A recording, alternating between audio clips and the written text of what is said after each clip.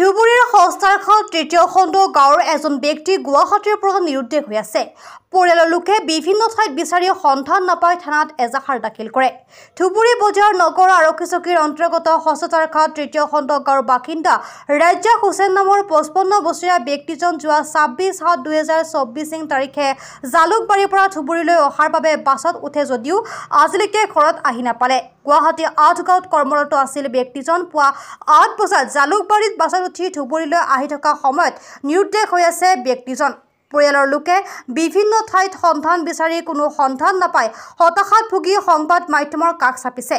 কোনোবাই যদি ব্যক্তিজনৰ সন্ধান পায় তেন্তে 600000212620 অথবা 9387074226 নম্বৰত যোগাযোগ কৰিবলৈ অনুৰোধ জনাইছে পৰিয়ালৰ লোকে।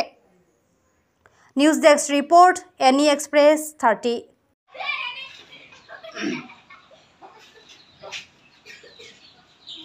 জালুকবাৰীৰ পৰা মোৰ ভতিজাই উঠাই দিছিল, কিন্তু আজিলৈকে ঘৰ পোৱা নাই। যদি কোনোবাই এই ব্যক্তিজনক দেখা পায়, স্ক্ৰীণত দিয়া নম্বৰত দয়া কৰি যাতে যোগাযোগ কৰে আমাৰ লগত। কি নাম আছিল মানুহজনৰ?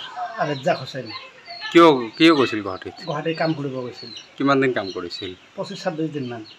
তাৰপিছত কোন জেগাৰ পৰা গাড়ীত উঠিছিল? জালুকবাৰীৰ পৰা উঠাই দিছিল। ধুবুৰীলৈ আহোঁতে? ধুবুৰী গাড়ীত উঠাই দিছিল। ধুবুৰীলৈ আহোঁতে আজিলৈকে অহা নাই? আজিলৈকে অহা নাই। এতিয়া অসমবাসী ৰাইজক কি জনাব? যদি কোনোবাই এই ব্যক্তিজনক দেখা পায়, স্ক্ৰীণত দিয়া নম্বৰবিলাকত দয়া কৰি যাতে যোগাযোগ কৰে, যাতে মানুহজন সুকলমে ঘৰত উভতি আহে। আপোনালোকে থানাত ইজাহাৰ দিছেনে? দিছোঁ। কোন থানাত? এই ভৰলমুখ থানাত। গুৱাহাটী ভৰলুমুখ। ঘৰ সস্তাৰঘাট পাৰ্ট 3। কি হৈছিল যোৱা 26 তাৰিখে? যোৱা 26 তাৰিখত মানে মোৰ দেউতাক ঘৰত পঠাই দিলোঁ জালুকবাৰীৰ পৰা, এতিয়ালৈকে পোৱা নাই। গাড়ীত উঠাই দিছিল নেকি? গাড়ীত উঠাই দিছিল।